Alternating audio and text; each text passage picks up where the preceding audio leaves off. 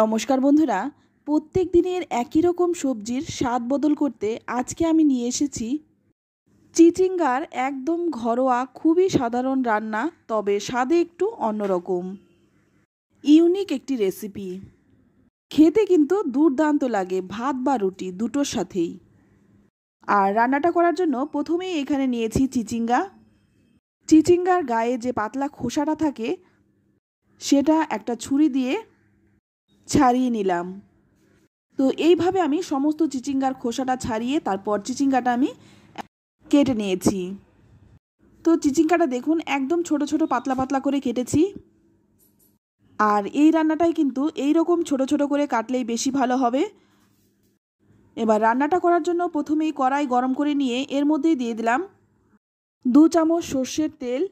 তেলটা গরম হয়ে গেলেই ফোড়নে দিয়ে দিচ্ছি 3টে শুকনো লঙ্কা আর হাফ চামচ কালো জিরে। শুকনো লঙ্কা আর কালো জিরাটা একটু ভেজে নিয়ে এখানে দেখুন আমি বড় একটা পেঁয়াজ কুচি করে কেটে নিয়েছি। এবার এই পেঁয়াজটাকে আমি ভেজে নেব, তবে পেঁয়াজটা কিন্তু খুব বেশি ভাজবার প্রয়োজন নেই, হালকা করে একটু ভেজে নিচ্ছি। তো দেখুন এই রকমভাবে পেঁয়াজটা একটু ভেজে নিলাম। এবার এর মধ্যে কেটে রাখা চিচিঙ্গাটা দিয়ে দিলাম। চিচিঙ্গাটা দিয়ে এবার ভালো করে একটু নেড়েচেড়ে পেঁয়াজের সাথে মিশিয়ে নিচ্ছি। রান্নাটা যেমনি সহজ তেমনি কিন্তু মজার।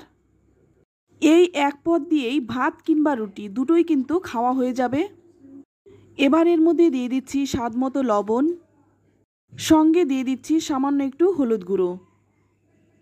এবার লবণ আর হলুদ গুঁড়োটা দিয়ে খুব ভালো করে মিশিয়ে নেব, যাতে প্রত্যেকটা সবজির গায়ে খুব ভালো করে নুনটা ঢুকে যায়। এবার একটা ঢাকা দিয়ে চিচিঙ্গাগুলো ভাজবো। ততক্ষণে এদিকে একটা মশলা বানিয়ে নেব। তাই এর মধ্যে নিয়ে নিচ্ছি 1 চামচ কালো সর্ষে আর সাদা সর্ষে মিশিয়ে, সঙ্গে নিয়ে নিচ্ছি হাফ চামচ গোটা জিরে আর 4টে কাঁচা লঙ্কা। ঝালটা নিজেদের স্বাদ অনুযায়ী দেবেন, যে যেমন ঝাল পছন্দ করেন। এবার এটা আমি শিলে বেটে নিচ্ছি। আপনারা চাইলে মশলাটা কিন্তু মিক্সিতেও বেটে নিতে পারেন, তবে শিলে বাটার মশলার স্বাদ কিন্তু অনেকটাই বেশি হয়। তো মশলাটা আমি বেটে নিলাম। এই দিকে চিচিঙ্গাটা কিন্তু মাঝে মধ্যে ঢাকাটা খুলে নেড়েচেড়ে দিয়েছিলাম। আর একটু ভালো করে ভেজে নিচ্ছি।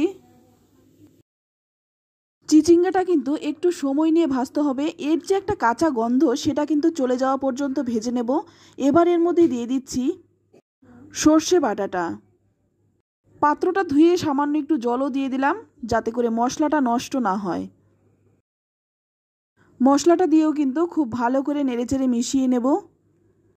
এবার এর মধ্যে দিয়ে দেব সামান্য একটু চিনি। চিনিটা দিলে কিন্তু স্বাদটা ব্যালেন্স হয় আর খেতেও কিন্তু ভালো লাগে।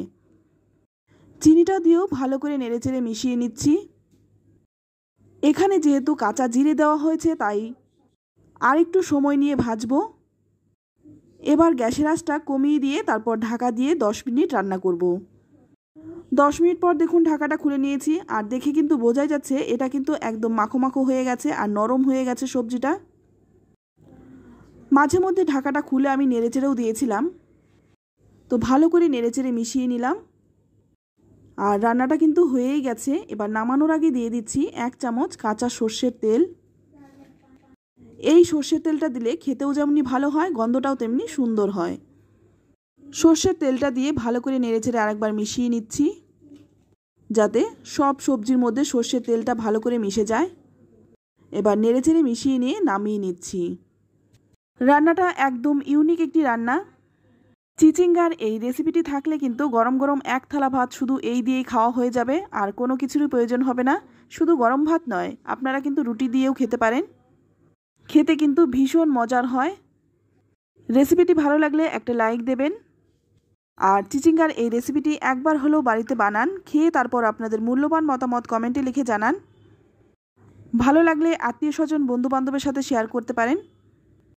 আর আপনি যদি আমার চ্যানেলে নতুন বন্ধু হয়ে থাকেন, চ্যানেলটা সাবস্ক্রাইব করে নেওয়ার অনুরোধ রইল। আজ এই পর্যন্ত, আবারও নিয়ে আসবো অন্য কোনো নতুন রেসিপি। সকলেই ভালো থাকবেন, সুস্থ থাকবেন। ধন্যবাদ।